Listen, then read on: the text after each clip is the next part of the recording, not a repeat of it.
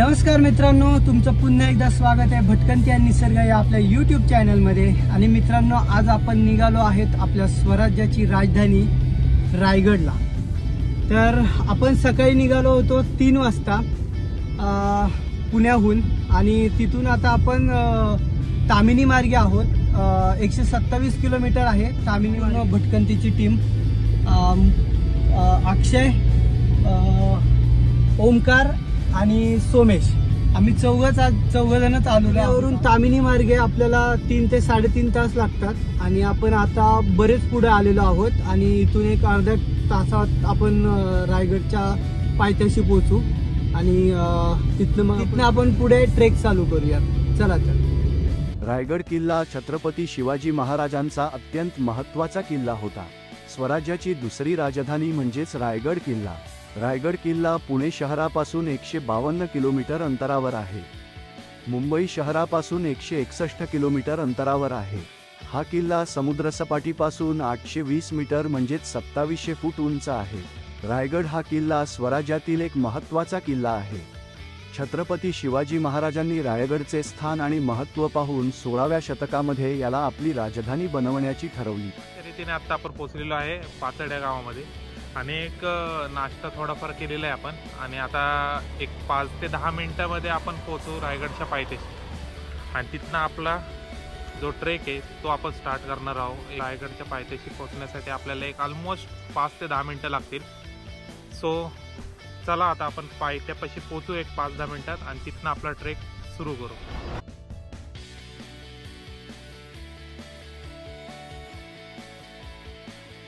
स्वराज्यातील एक अत्यंत महत्त्वाची घटना म्हणजेच शिवराज्याभिषेक हा या ठिकाणी झाला।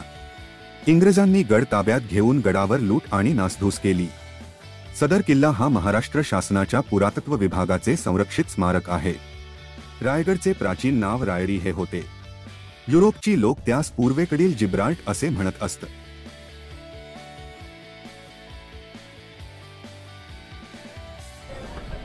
तर अशा प्रकारे आपण ट्रेक स्टार्ट केलाय। चला बघूयात आता पुढे। रायगड हा महाराष्ट्राच्या कोकण विभागातील एक जिल्हा आहे। जिब्राल्टचे ठाणे जितके अजिंक्य आणि दुर्गम तितकाच रायगड अजिंक्य आणि दुर्गम। 500 वर्षांपूर्वी त्यास गडाचे स्वरूप नव्हते व तो नुसता एक डोंगर होता। तेव्हा त्यास रासिवटा आणि नस 2 नावे होती। त्याचा आकार, उंची आणि सभोवतालच्या द्या यावरून यास नंदादीप असेही म्हटले जात असे। निजामशाहीत रायगडाचा उपयोग कैदी ठेवण्यापुरता होत होता।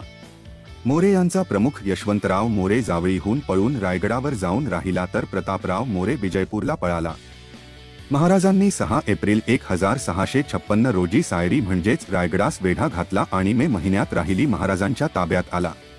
येथे असताना कल्याणचा सुभेदार मुल्ला अहमद खजिना घेऊन विजापूरकडे निघाल्याची बातमी महाराजांना समजली। त्यांनी तो खजिना लुटून रायगडवर आणला आणि त्या खजिनाचा उपयोग गडाच्या बांधणीसाठी केला। रायगडचा माथा राजधानी बनवण्यास सोयीचा आणि पुरेसा आहे। शत्रूला अवघड वाटणारे प्रदेशातले हे अधिक अवघड ठिकाणी आहे। सागरी दळणवळणासाठी हे ठिकाण जवळच आहे, म्हणून महाराजांनी राजधानीसाठी या गडाची निवड केली। रायगडाच्या पायथ्याशी रायगडवाडी व पाचाड ही गावे वसलेली आहे। रायगडाच्या शिखरावर चढण्याची सुरुवात थेट पाचाड या गावामधून होते। छत्रपती शिवाजी महाराजांच्या कारकिर्दीत पाचाड या गावात 10,000 घोडदळांची तुकडी नेहमी तैनात होती। रायगडापासून सुमारे 2 मैलांवर असलेला लिंगाणा किल्लाही शिवाजी महाराजांनी बांधला आहे। रायगड या किल्ल्याला चढण्यासाठी सुमारे 1435 पायऱ्या आहेत। गडाच्या पश्चिमेकडे हिरकणीचा बुरुज आणि उत्तरेकडे टकमक टोक आहे। गडाच्या मध्यभागी असलेला छत्रपती शिवाजी महाराजांचा पुतळा हे या ठिकाणचे मुख्य आकर्षण आहे। रायगड या किल्ल्याचे बांधकाम छत्रपतींच्या निवडक सहकार्यांपैकी हिरोजी इंदुलकर यांनी पूर्ण केले।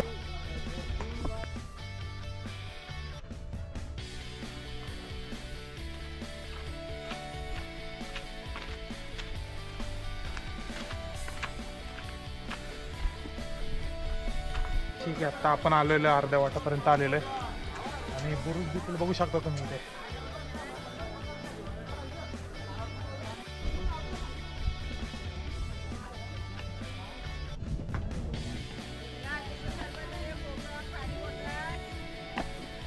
मित्रांनो, सांगायची गोष्ट अशी की चित्त दरवाजाची जी परिस्थिती होती ती तुम्ही इथं बघू शकता, दुरुस्त केलीच्या अगोदर आणि दुरुस्तीनंतर.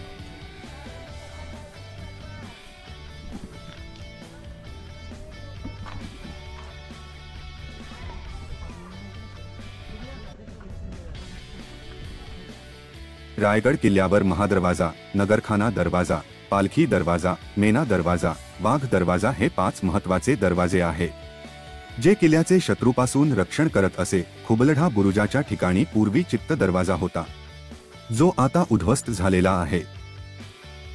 महादरवाजा हा रायगड किल्ल्याचा मुख्य दरवाजा असून महादरवाजामधूनच आपणास रायगडावर प्रवेश करता येतो. विशेष म्हणजे अगदी हत्ती देखील या दरवाजाला तोडू शकत नाही इतका भक्कम आणि मजबूत असा हा दरवाजा आहे. त्याची विशेष अशी रचना करण्यात आली आहे. याचे बांधकाम सुमारे 350 वर्षे पूर्वीचे असे आहे. हा दरवाजा सूर्यास्तानंतर बंद होऊन सकाळी सूर्योदयानंतरच उघडतो.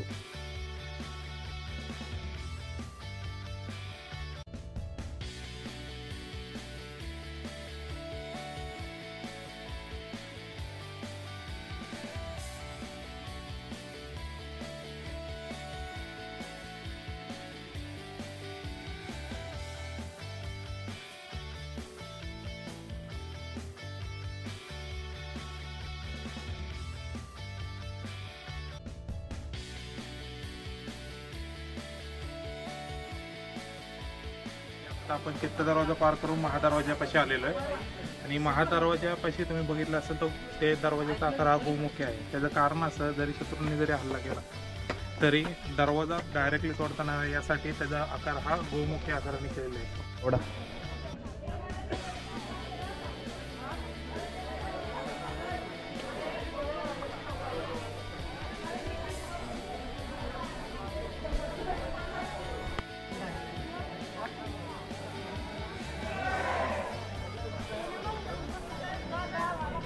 महाराज की जय. जय भवानी. जय शिवाय.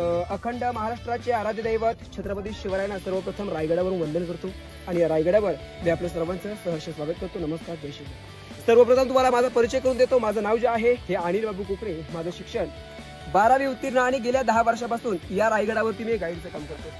रायगड किल्ला या अगोदर तुम्ही कधी पाहिला असेल किंवा नसेल, पण माझ्यासोबत तर रायगड तुम्ही फर्स्ट टाइम बघताय. त्यामुळे रायगड काय हे तर बघायचंय, पण आपल्या रायगडासोबत ओळख करून घ्यायची, त्यानंतर रायगड बघायचं. रायगड छत्रपती शिवाजी राजांच्या ताब्यात येण्याच्या अगोदर फक्त एक डोंगर होता आणि या डोंगराला रायरीचा डोंगर नावाने ओळखलं जायचं. रायरी नावाने ओळखला जाणारा डोंगर प्रामुख्याने जावळीच्या खोऱ्यामध्ये मिळतो. मग जावळी कुठे? तुम्ही प्रतापगड पाहिला असेल. प्रतापगडाच्या पायथ्याशी गाव आहे जावळी. त्या प्रतापगडाच्या पायथ्यापासून रायगडाच्या उत्तरेला कोकण दिवा आहे, हे जे खालचं भूभाग आहे हे पूर्ण जावळीचं खोरं आहे. आणि हे जावळीचं खोरं त्यावेळी जावळीचे चंद्रराव मोरे यांच्या ताब्यात होतं. मग जावळीचे मोरे जर का म्हटलं तर मराठा आला, परंतु मोरे हा मराठा असून देखील आदिलशाहीचा सरदार होता, कारण त्यावेळीचा बादशाह आदिलशाही होता. छत्रपती शिवरायांची पहिली राजधानी राजगड पुणे जिल्ह्यामध्ये आणि वेल्हा तालुक्यामध्ये, पण वाढत्या स्वराज्यामुळे वाढत्या साम्राज्यामुळे महाराजांना तो राजगड अपुरा पडत होता. आणि कोकणातला रायरीचा डोंगर जावळीच्या मोऱ्यांच्या ताब्यात हे जेव्हा राजांना समजलं, त्यावेळी राजांनी राजगडावरून मोऱ्यांना एक खलिता पाठवला. खलिता म्हणजे पत्र. त्या पत्रामध्ये मोरे काय म्हटले की मोरे आपण त्या पत्रामध्ये आपले राजे मोऱ्यांना म्हटले की मोरे आपण दोघे जण एकत्र येऊन स्वराज्य उभं करू. पण मोरे हा अतिशय उर्मट, गर्विष्ठ आणि किचकट स्वभावाचा. त्याला वाटलं मी आदिलशाहीचा सरदार म्हणजे माझी बरोबरी कोण करणार नाही. त्याने छत्रपती शिवाजी राजांना उलटपत्र पाठवलं. त्या पत्रामध्ये आपल्या राजांना युद्धाचं चॅलेंज केलं. राजांना काय म्हणतोय, तुम्ही कसले राजे, तुम्ही कधी झालात राजे, तुम्हाला कोणी बनवलं राजे, तुम्ही स्वतःला समजावून घेणारे राजे आहात. या जावळी प्रांताचे खरे राजे तर आम्ही आहोत. जर तुम्हाला उद्या यायचं असेल तर आज या. तुमच्या स्वागतास आमचा तोफखाना आणि दारुगोळा सज्ज आहे. पण एक लक्षात घ्या, जर या जावळी तर जाईल म्हणजे युद्धाचं चॅलेंज. राजाने देखील 154 एवढं सरदार जावळी प्रांतामध्ये पाठवले. जावळी प्रांतामध्ये 3 महिन्याचे युद्ध सुरू होतं. 3 महिन्याच्या युद्धामध्ये चंद्रराव मोऱ्यांचा धाकटा भाऊ हनुमंतराव मोरेचा सूर्याजी काकडीच्या वध झाला. मोरेला वाटलं भावाचा वध झाला म्हणजे काळांतराने आपला देखील होईल. तो छत्रपती शिवाजी राजांना रायरीच्या पायथ्याजवळ शरण आला आणि आपल्या राजांनी 15 मे 1656 रायरीचा डोंगर स्वराज्यामध्ये सामील केला. 15 मे 1656 रायरीचा डोंगर स्वराज्यात सामील केला. पण त्या अगोदर एप्रिल 1656 महाराजांनी या रायगडाला खालून पाहिलं, रायरीला पाहिलं. त्यावेळी राजासोबत पंत होते मोरोपंत पिंगळे. आपले राजे पंतांना म्हणाले, पंत तुम्ही जो रायरी म्हणायचा तो हीच करायला. पंत म्हणतात, होय महाराज हीच रायरी. रायरी राजांकडे पाहते, राजे रायरीकडे पाहतात. रायरीला पाहून राजांच्या तोंडून उद्गार बाहेर पडतात. ते सभासदाने आपल्या बकरीमध्ये लिहिले. ते उद्गार काय की राजा खासा जावणी पाहता गड बहुतच कोट, चौथर पहा गडाचे कडे तासिल्याप्रमाणे. गाव दीड गाव उंच पर्जन्य काळी कड्यावरती गवत उगवत नाही, धुंड आताशिवाय एकच आहे. दौलताबाद हा पृथ्वीवरतीचा कोणतरी खरा, परंतु उंचीने धोका. आणि दौलताबादच्या दशिगुणी उंचा ऐसे देखुनी महाराज संतृप्त झाले आणि बोलले, तख्तास जागा हाच गड करावा. तख्त म्हणजे राजधानी. राजधानीसाठी राजाने रायगडाची निवड केली. 15/1656 या बांधकाम खात्याचे प्रमुख हिरोजी इंदुरकर यांच्याकडे लागणारा पैसा दिला. राजे मोहिमेवर गेले, तिकडे मोहीम चालू, इकडे बांधकाम चालू. पण राजांनी जे पैसे दिले ते रायगडाच्या अर्धावर बांधकामात संपले. आता पैसा आणणार कुठून?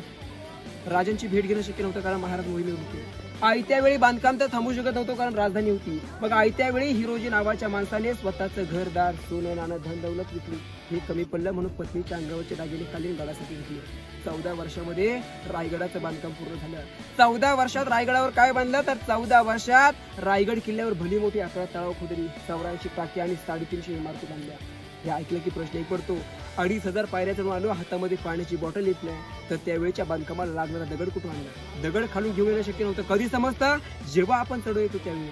मग काय केलं? गडावरती मोहीम राबवली. त्यावेळेस पाणी अडवा, पाणी जिरवा. त्या मोहिमेत गडावर 11 तलाव, 84 टाक्या खोदल्या, त्यातून दगड निघाला, तो बांधकामाला वापरला. त्यावेळेला पाणी झालं, बांधकामाला दगड झाला. एका दगडात 2 पक्षी मारले. गुळ, चुना आणि शिस. शिस म्हणजे लीड. हे 3 पदार्थ वापरून हिरोजी इंदुरकरांनी 14 वर्षामध्ये रायगडाचं बांधकाम पूर्ण केलं. रायगड किल्ल्यावरती आलो. रायगड किल्ल्यावरती आल्यानंतर सर्वप्रथम आपण जो दरवाजा पाहिला तो महादरवाजा. महादरवाजाचा जर का 200 पायऱ्या खालून तुम्ही आकार पाहिला तर नागबोडी आकार आहे. नागबोडी आकारामध्ये तटबंदीमध्ये तो गोमुखी आकारामध्ये दरवाजा. आता स्वराज्याची राजधानी आणि त्या राजधानीचा दरवाजा आतमध्ये का ठेवला?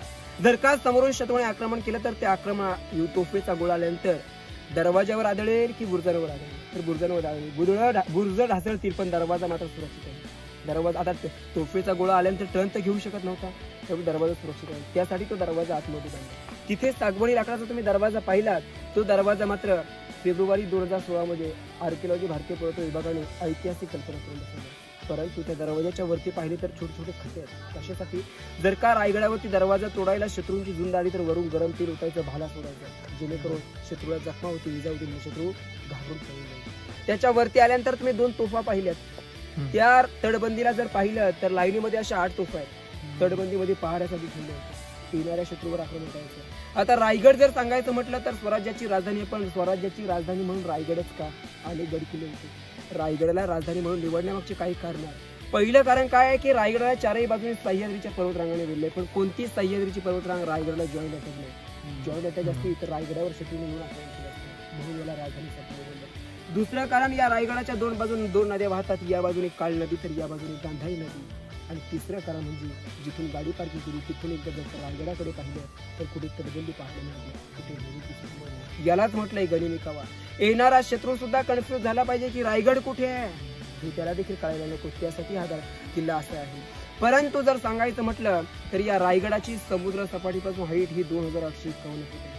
म्हणजे इथून समुद्रावर नियंत्रण ठेवणं पण सोपं पडतं. म्हणून आज इंडियन नेव्ही छत्रपती शिवाजींना फादर ऑफ इंडियन नेव्ही.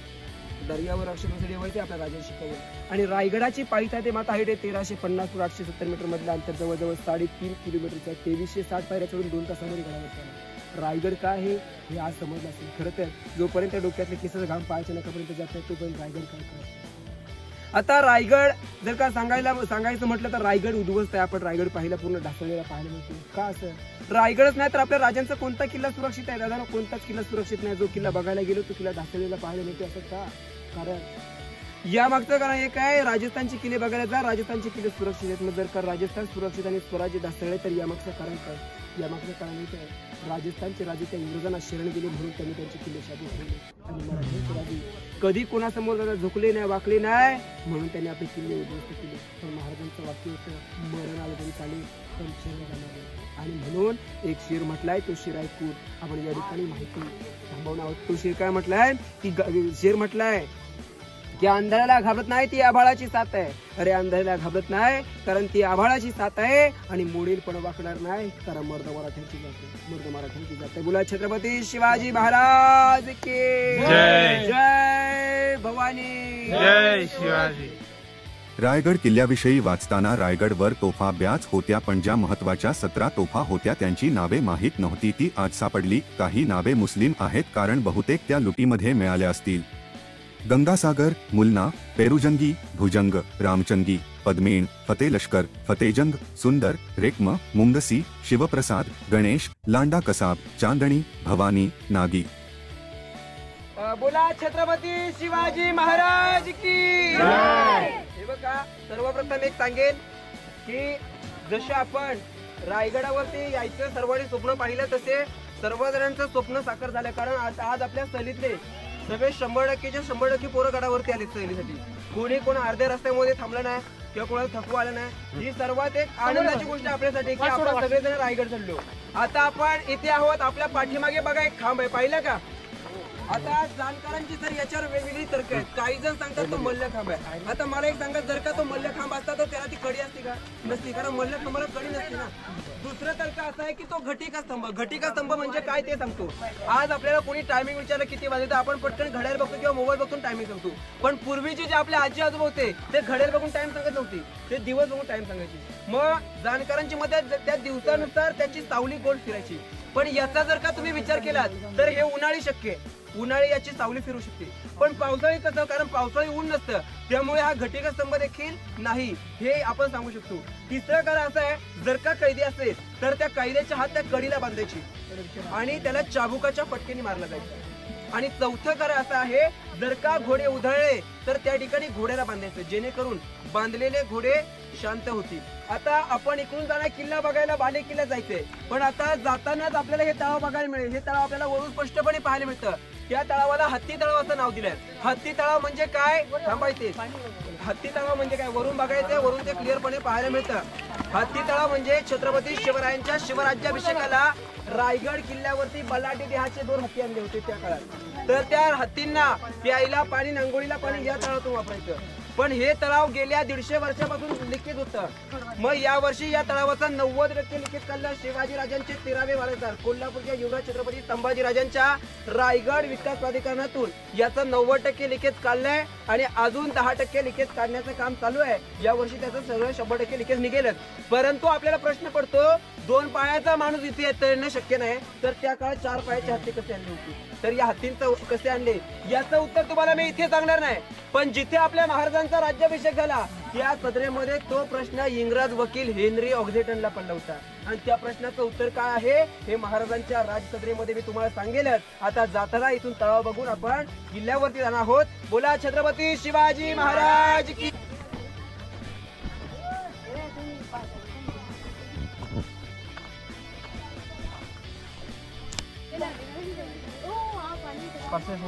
लक्ष द्या. सर्वप्रथम समोर बघा भगवा ध्वज फडकतोय, पाहिला का?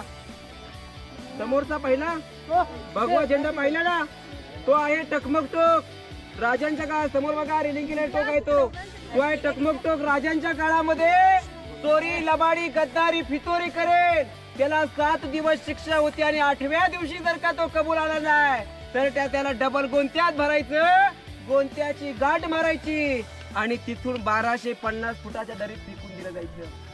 पण इतिहासात म्हटलंय छत्रपती शिवाजी राजांनी कधी कोणाला ढकललं नव्हतं, पण छत्रपती संभाजी राजांनी मात्र कधी कोणाला सोडलं नव्हतं. म्हणून सांगतोय, जगावं कसं शिकायचं असेल तर छत्रपती शिवरायांच्या विचारातून शिका, आणि मरायचंय कसं हेच जर शिकायचं असेल तर धर्मवीर छत्रपती शंभूराजांच्या विचारातून शिका.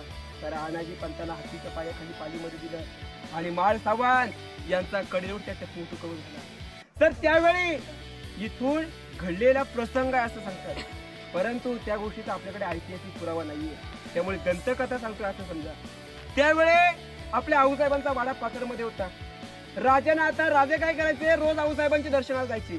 दर्शन घेतल्याशिवाय पुढच्या कामाला सुरुवात करत नव्हती. पण आता रोज जायचं यायचं म्हटलं तर ते शक्य होत नव्हतं. म्हणून राजे त्या टकमक टोकावर जायचे. पूर्वी त्या टकमक टोकावर एक घंटा होती. ती घंटा वाजवली की त्या घंटेचा आवाज पाथरच्या वाड्यात जायचा आणि आवाज वाड्यात गेला की आऊसाहेब वाड्यातून बाहेर यायचे, राजे तिथून दर्शन घ्यायचे टकमक टोकावर. पण एक दिवस असा आला आपले राजे दर्शनाला गेले आणि दर्शन घेत असताना राजांच्या डोक्यावर छत्र धरत असणारी व्यक्ती निजाम होती. निजाम काही नव्हती, निजाम नावाची व्यक्ती होती. ती छत्र धरत होती, राजे दर्शन घेत होते. पण दर्शन घेता घेता एक वारा आला. त्या वाऱ्यामध्ये निजाम आणि ते छत्र आकाशामध्ये उडून गेले. तेव्हा ते निजाम राजांना वरून विनवणी करतात, राजे आम्हाला वाचवा वाचवा. राजे म्हणले, वाचवायला मी देवदेवता नाहीये, जीव गेला तरी चालेल पण या छत्राचा धांडा सुरू होता. आणि जसं वारं कमी कमी होत गेलं तसं ते निजाम आणि ते छत्र खालच्या गावामध्ये सुखरूप उतरले. त्या गावाला नाव दिलंय छत्री निजामपूर असं सांगितलं जातं. पॅराशूटचा शोध तेव्हापासून लागला, परंतु याचा ऐतिहासिक पुरावा आपल्याकडे नाही. आपल्या समोर जे तळाव पाहतोय या तळावाला इतिहासामध्ये तीर्थ गंगासागर तळाव म्हटलंय. तीर्थ गंगासागर म्हणजे काय, तर गंगा म्हणजे नदी आणि सागर म्हणजे समुद्र. छत्रपती शिवरायांच्या शिवराज्याभिषेकाला काशीवरून गागाभट आली होती आणि काशीच्या गागाभटाने येताना 7 नद्यांचं 7 समुद्रांचं पाणी आणलं होतं. राजांचा राज्याभिषेक केला आणि राज्याभिषेक करून जे काही पाणी उरलं ते याच्यामध्ये तीर्थ म्हणून सोडलं, म्हणून या तळावाला तीर्थ गंगासागर नाव दिलं. तळाव 32 फूट खोल, 184 मीटर तळावाचा घेरा आहे आणि वर्षाचे 12ही महिने या तळावामध्ये पाणी पाहायला मिळते. यावरून 2 ओळी म्हटल्या, गंगा यमुना आणि नर्मदा आल्या यांच्या साऱ्या बडून आणले सप्तसुरांचे पाणी, जल झाले तीर्थांचे घर आणि नाव तयाचे गंगासागर. तर 32 फूट खोल आहे, 184 मीटर तळावाचा घेरा, वर्षाचे 12ही महिने पाणी असते. खालच्या गावामध्ये 4 महिने पाण्याची टंचाई आहे, पण वरती जरी 2 वर्ष दुष्काळ पडला तरी यातलंच पाणी संपलं नाही, एवढं पाणी याच्यामध्ये पाणी मिळतं. आता या तळावाच्या वरच्या बाजूला 2 इमारती पाहतोय. यापैकी मोठी इमारत बघा 3 मजली आहे, 3रा मजला तर विटांमध्ये आहे. आता कल्पना करा, आज ती 3 मजली बघायला मिळते, तर आपल्या राजांच्या काळात ती एकावर एक अशी 7 मजली होती. आणि मग तो 7वा मजला हा अजून किती उंचावर असेल. त्या 7व्या मजल्यावर पाण्याचं टाकं भरलं होतं. उरलेल्या 6 मजल्यांमध्ये तांब्याच्या नाळ्याने पाणी सोडलं होतं. राजांच्या राण्यांच्या हवा खाली होत्या, याला मनोरे म्हटलं. आणि याच्या बाजूला 2 मजली इमारत पाहतोय, राजांच्या काळात 5 मजली होती, त्याला विजय स्तंभ म्हटलंय, म्हणजे विजयाचं प्रतीक मिळवण्याची जागा. राजे कोणता गडकिल्ला जिंकलेला की इथे भगवा फडकवायची किंवा गवताची गुंज पेटवायचे का. आजूबाजूच्या गावांना आणि किल्ल्यांना समजलं पाहिजे छत्रपती शिवरायांनी कोणता ना कोणता किल्ला जिंकलाय, थोडक्यात इशाऱ्यासाठी हे विजय स्तंभ आहे. आता पालखी दरवाजातून आपल्याला बाले किल्ल्यात जायचंय, पण पालखी दरवाजाच्या बाजूला जाताना तटबंदीमध्ये एक छोटासा दरवाजा बघायला मिळेल. तो कशासाठी, पालखी दरवाजातून आतमध्ये जातो तो राजमार्ग आहे. आतमध्ये राजांच्या राण्या राहायच्या, मंत्रालय होतं, राजवाडा होता. काही छोटमोठी वस्तू लागली तर राजमार्गाने घेऊन जायला परमिशन नव्हती, म्हणून त्या तटबंदीतून जो दरवाजा आहे त्या दरवाजातून ती वस्तू किल्ल्यामध्ये पास केली जायची. आणि पालखी दरवाजाच्या समोर जो काही रिकामा उठा पाहायला मिळेल त्या रिकाम्या पालख्या ठेवण्यासाठी जागा होती. आता जर सांगायचं म्हटलं तर आता या ज्या सगळ्या पाहतोय या सह्याद्रीच्या पर्वतरांगा आहेत. आता आज वातावरण क्लिअर आहे असं रोजच्या बघण्यावरून वाटतंय, परंतु वातावरण जर का क्लिअर असेल तर आजही तर रायगडावरून 8 किल्ले बघायला मिळतात. प्रतापगड, राजगड, तोरणा, लिंगाणा, सोनगड, मानगड, मकरंदगड, चांभारगड. प्रतापगड, महाबळेश्वर, शिवतरगड दक्षिणेकडे, राजगड, तोरणा, लिंगाणा पूर्वेकडे, सोनगड, मानगड, मकरंदगड, चांभारगड हे उत्तरेकडे पाहायला मिळत आहेत. परंतु राजगड आणि तोरणा मी तुम्हाला पुढून दाखवण्याचा प्रयत्न करेल. आता आपल्याला बाले किल्ल्यात जायचंय. बाले किल्ला म्हणजे किल्ल्यातला किल्ला, अति महत्वाचा भाग आहे तो. आता इथून पुढे आपण बघूया. बोला छत्रपती शिवाजी महाराज की जय.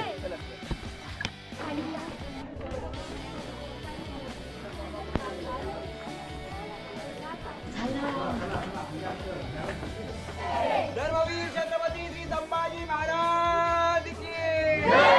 हे बघा, रायगडावरती आपण जो प्रवेश केला हा पालखी दरवाजातून गेला. बाले किल्ल्यामध्ये आपण प्रवेश केलाय.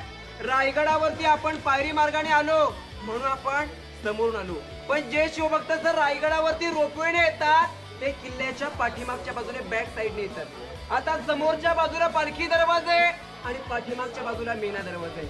पालखी आणि मेना फरक काय, तर फरक एवढा होता, पालखी बघितली तर ओपन पाहायला मिळते आणि मेना पाहिला तर मेना बंदिस्त. पालखी म्हणजे शंभू राजांची, शिवाजी राजांची, आऊस साहेबांची जर का पालखी गडावर आली तर या पालखी दरवाजातून राजमार्गाने सदरेकडे जाईल. आणि मेना म्हणजे राजांच्या राण्या, राजघराण्यातल्या स्त्रिया मेन्यात बसायच्या, किल्ल्याच्या पाठीमागे सूर्यास्त पाहायला.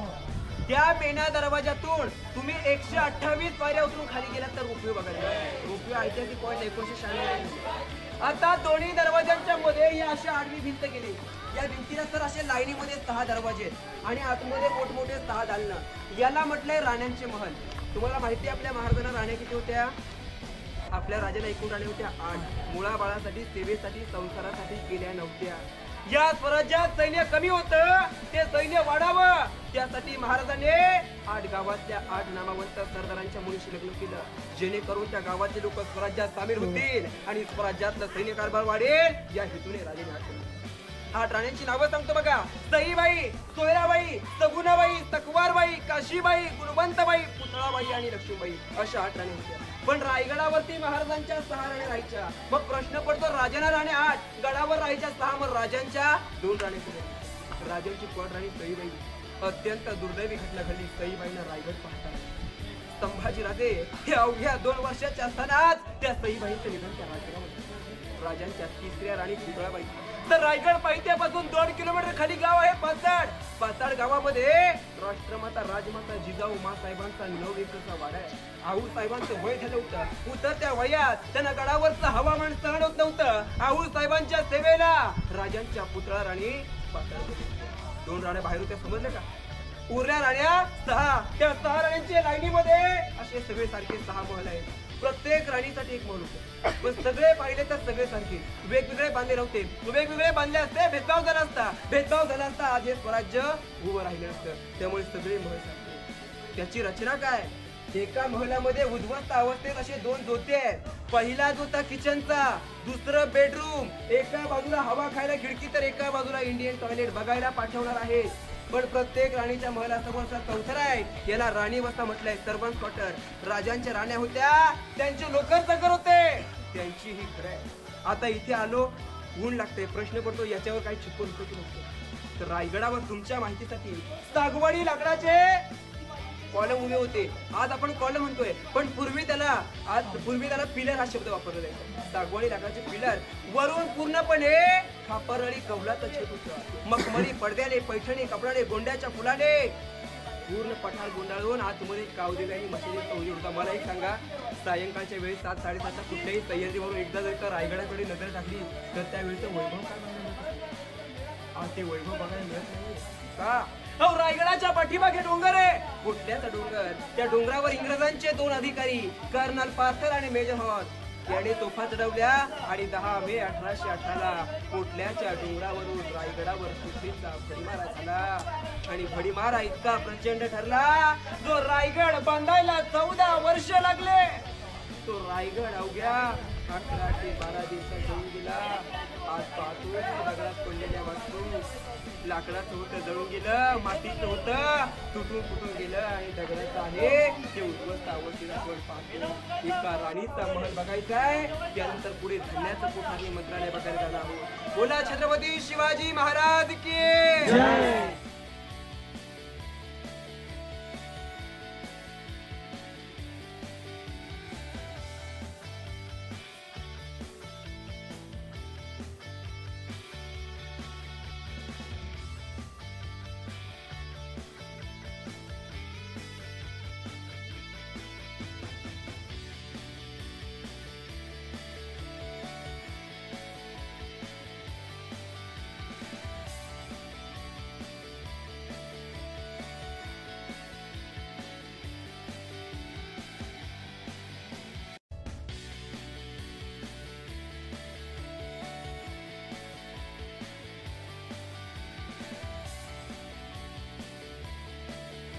पंडित आणि येसाजी कंक असे राजांचे 8 मंत्री होते. त्या 8 मंत्र्यांचे 8 घर कार्यालय. महाराज के आज हा ज्या चौथऱ्यावर तुम्ही बसलाय, आज चौथरा उद्ध्वस्त आहे. पण राजांच्या काळामध्ये एकावर एक 2 मजली उभारला होता. वरती खापरळी कौलाचं छत, मखमली पडद्याने, पैठणी कापडाने गुंडाळून आतमध्ये कावदेवी आणि मशालीचा. रायगडावरती खूप अति महत्वाच्या आणि पवित्र ठिकाणी तुम्ही आज आलाय.